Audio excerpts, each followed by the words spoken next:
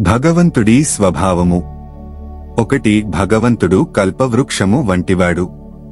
బాటసారి కల్పవృక్షము. ఒకసారి దక్షిణేశ్వరాలయ నటమందిరంలో విద్యాసుందర్ అనే నాటకం వేశారు.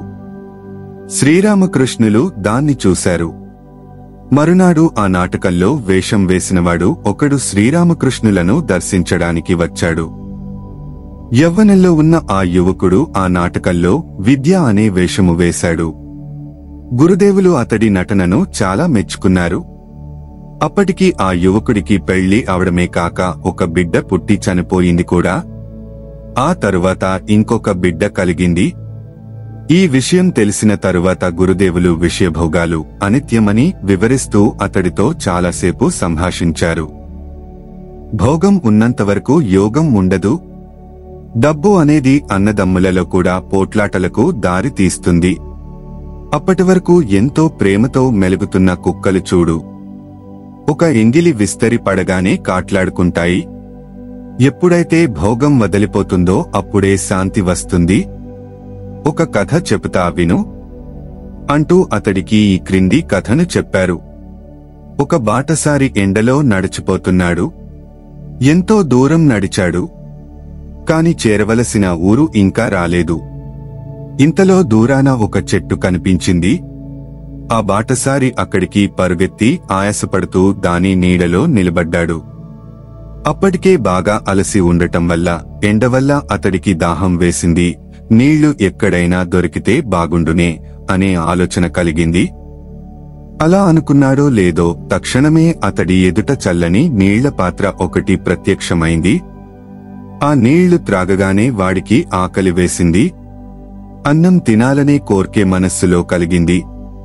తలచిందే తడవుగా రకరకాల పిండి వంటలతో రుచికరమైన భోజనం ఎదుట కనపడింది. కడుపు నిండా తినేసరికి భుక్తాయాసం కలిగి పడుకుందామనుకున్నాడు. వెంటనే మెత్తని చక్కని పాన్పు కళ్ళ ఎదుట తారసిల్లింది. వాడు దానిమీద అటు ఇటు దొర్లుతూ ఆ రోజు జరిగిన విచిత్రమైన సంగతుల్ని నెమరువేస్తున్నాడు. నేను ఏది కోరుకుంటే అది కళ్ల ముందు ప్రత్యక్షమవుతున్నదే. చూస్తే ఇదేదో వింతగా ఉంది. ఇలాగే ఏదైనా పులి వచ్చి నన్ను మృంగదు గదా అనుకున్నాడు. ఇంకేముంది, గాండ్రుమంటూ ఒక పెద్ద పులి వచ్చి అతడి గొంతు కొరికి చంపేసింది. చూచావా, ఆ చెట్టు మరేమిటో కాదు, అదే కల్పవృక్షము. కల్పవృక్షం ఏది కోరితే దాన్ని ఇస్తుంది. అలాగే భగవంతుడు కూడా కల్పవృక్షం వంటివాడు. కల్పవృక్షం నీడలో నిలబడి ఏది కోరితే అది తప్పకుండా సిద్ధిస్తుంది. ఈ కథ వింటున్న ఆ నటుడు, మహాప్రభు, భోగాన్ని గురించి మీరు చెప్పిందంతా పరమసత్యం. భగవంతుణ్ణి భోగాలు కావాలని ప్రార్థిస్తే చివరకు మిగిలేది అనర్థమే. మనస్సులోకి అనేక ఆలోచనలు, కోరికలు వస్తుంటాయి. అవన్నీ మంచివి కావుగదా. భగవంతుడు కల్పవృక్షం వంటివాడు. మీరు చెప్పిన కథలోలాగా పెద్ద పులి వస్తుందేమో అనుకుంటే నిజంగానే పులి వచ్చి అతన్ని మృంగివేసింది అన్నాడు. వెంటనే గురుదేవులు, నిజమే. భోగభాగ్యాలు కావాలని కోరితే వాటి వెనుకనే పెద్ద పులి కూడా వస్తుందన్న విషయము ఇప్పుడు జ్ఞాపకం పెట్టుకో. నేను నీకు అంతకంటే ఏమి చెప్పేది? భగవంతుణ్ణి హృదయపూర్వకంగా ప్రార్థిస్తే ఆయన నీకు సాక్షాత్కరిస్తాడు అని బోధించారు.